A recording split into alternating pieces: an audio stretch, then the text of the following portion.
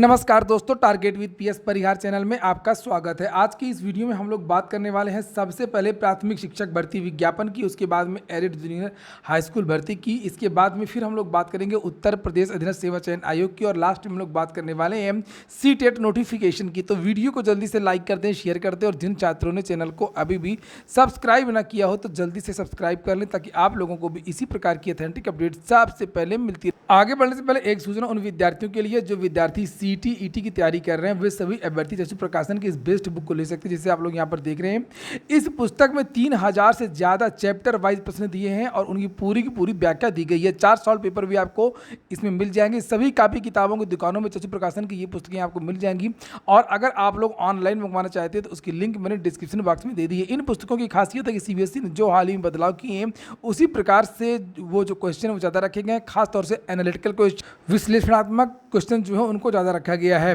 वहीं पर एक बात और बता दूं कि सीटेट की बहुत सारी पुस्तकें आती हैं चक्षु प्रकाशन की, चाहे वो प्रैक्टिस सेट हो चाहे वो स्टडी गाइड हो। जैसे आप लोग यहाँ पर देख सकते हैं ये प्रैक्टिस सेट है और ये स्टडी गाइड है, इसकी भी लिंक मैंने डिस्क्रिप्शन बॉक्स में दे दी है। चलिए बात करते हैं सबसे पहले प्राथमिक शिक्षक भर्ती विज्ञापन की। सरकार की तरफ से रोज नए नए दावे किए जा रहे हैं और आप लोगों ने भी समाचार पत्रों में देखा होगा कि नए स्कूल खोले जाएंगे और बहुत सारी चीज़ें मुफ्त में मिले, प्राथमिक विद्यालयों का कायाकल्प किया जाएगा। लेकिन प्राथमिक शिक्षक भर्ती के बारे में कभी भी मुख्यमंत्री की तरफ से कोई बयान नहीं दिया जा रहा है, शासन की तरफ से कोई बयान नहीं दिया जा रहा है। इसी क्रम में आज जो बीटीसी के छात्र हैं, जो डीएलएड के छात्र हैं, ये तस्वीरें आप लोग देख सकते हैं। जो उत्तर प्रदेश की बेसिक शिक्षा राज्य मंत्री स्वतंत्र प्रभार संदीप सिंह जी हैं, उनके पिताजी, उनके आवास की तस्वीरें हैं। ये राजवीर सिंह रज्जू भैया, ये देख सकते हैं आप लोग, जो पूर्व मुख्यमंत्री कल्याण सिंह थे उनके बेटे थे, उनके यहाँ पर गए हैं और वहाँ पर इन्होंने ज्ञापन दिया है और ये मांग की है कि जल्द से जल्द प्राथमिक शिक्षक भर्ती के जो विज्ञापन है वो जारी किया जाए। तो वहीं पर विद्यार्थी कमर कस रहे हैं अब बड़े धरना प्रदर्शन की। पहले तो चर्चाएं इस बात को लेकर के थी कि शायद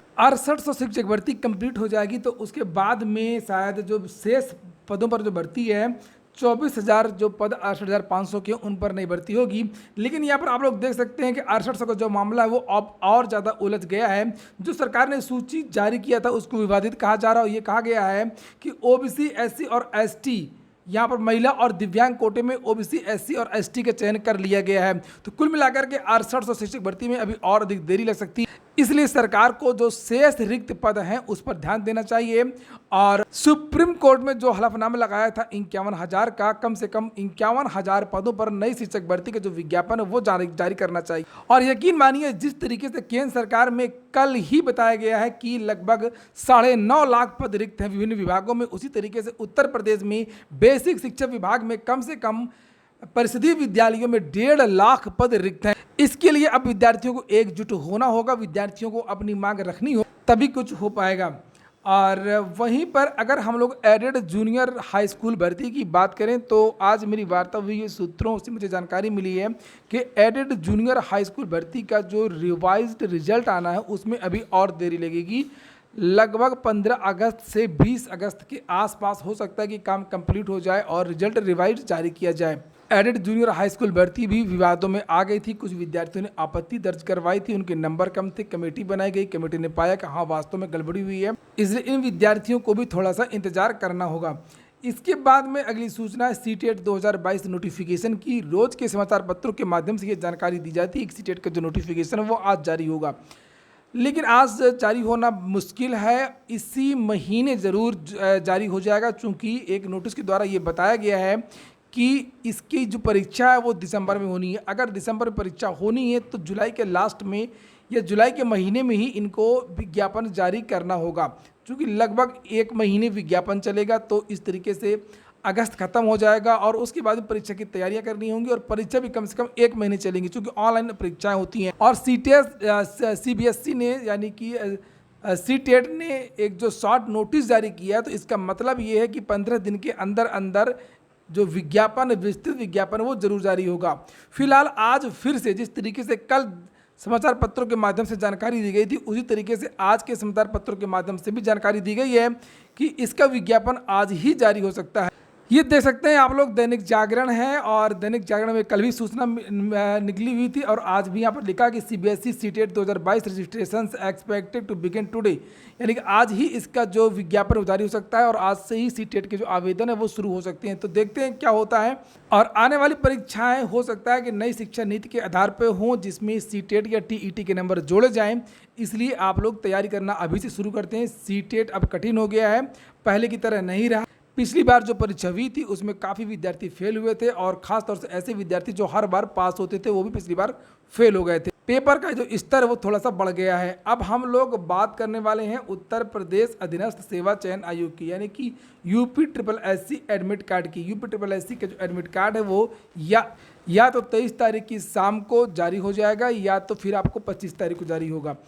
और 100% जो है आपकी जो परीक्षा है वो 31 जुलाई को होने जा रही है। और तो वहीं पर बहुत सारे छात्रों का ये भी कहना था कि सर उसमें करेंट अफेयर कब तक का आएगा। तो आप लोगों ने अभी जो परीक्षाएं हुई थी, चाहे वो बोरिंग टेक्नीशियन का पेपर हो जो अभी हाल ही में होता, चाहे वो UDA LDA का पेपर हो, आप लोगों ने देखा होगा ज़्यादातर जो करेंट अफेयर है वो हाल ही का पूछा जाता है। यानी कि जिस महीने पेपर होता है उसके 1 महीने पहले तक का जो करेंट अफेयर है वो पूछा जा रहा है। और ख़ास तौर से जो पिछला महीना होता है उसके लगातार कम से कम 2-3 क्वेश्चन पूछे जाते हैं।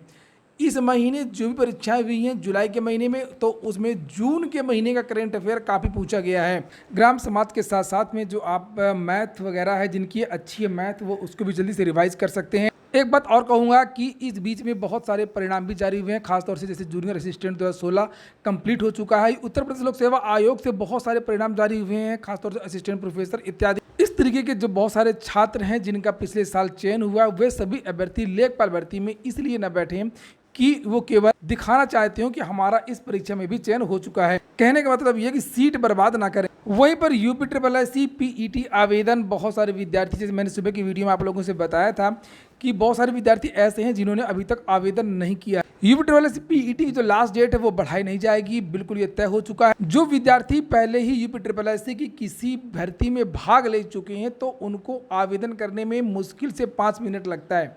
वो अपना पुराना किसी भी परीक्षा का रजिस्ट्रेशन नंबर डालेंगे, उनसे पूछा जाएगा क्या आपने कभी आवेदन किया UPSSC किसी भर्ती में। तो अगर आप कहेंगे यस, तो उसके बाद रजिस्ट्रेशन नंबर मांगा जाएगा। उसके बाद प्रोसीड करेंगे आप लोग। प्रोसीड करने के बाद में कुछ बेसिक डिटेल्स आपसे मांगी जाएंगी, खासतौर से एड्रेस इत्यादि अपडेट करवाया जाएगा, फ़ोन नंबर इत्यादि। और बाकी जो आपका हाई स्कूल इंटर वगैरह पहले का है वो अपने आप आ जाएगा, रोल नंबर इत्यादि। आपको कुछ नहीं भरना, फ़ोटो भी आपकी आ जाती है बाद में, लास्ट में फ़ोटो भी आपकी आ जाएगी। और जो सिग्नेचर में थोड़ा सा बदलाव करना पड़ेगा, सिग्नेचर में हिंदी और इंग्लिश, यानी कि एक बार आपको नाम हिंदी से लिखना है और बाद में सिग्नेचर करना है एक ही कागज़ में, तो आप उसको भर सकते हैं। इसलिए आप लोग आवेदन को आज ही भर लीजिए। UPSSC PET के लिए जो आवेदन मांगे जा रहे हैं, इसके बाद में काफ़ी सारी जो वैकेंसियाँ मैंने पहले ही बताया था आपको देखने को मिलेंगी। जूनियर असिस्टेंट की जो नई भर्ती है, ज़्यादा संभावना यही है कि जो अगला वाला PET है उसके बाद ही आएगा, चूँकि इस बीच UPSSC PET के आयोजन में उलझा हुआ है। साथ में बहुत सारी पुरानी भर्तियां हैं, उनके परिणाम UPSSC को जारी करने हैं। AGTA का विज्ञापन जारी होगा, सितंबर के महीने में उसके आवेदन शुरू होंगे। इसलिए वीडियो की एक भर्ती, एक लोअर की भर्ती, एक जूनियर असिस्टेंट की भर्ती, ये सब भर्तियों में अगर आपको भाग लेना है तो आप लोग UPSSC PET की तैयारी करिए। पूरा वीडियो सुनने के लिए बहुत बहुत धन्यवाद।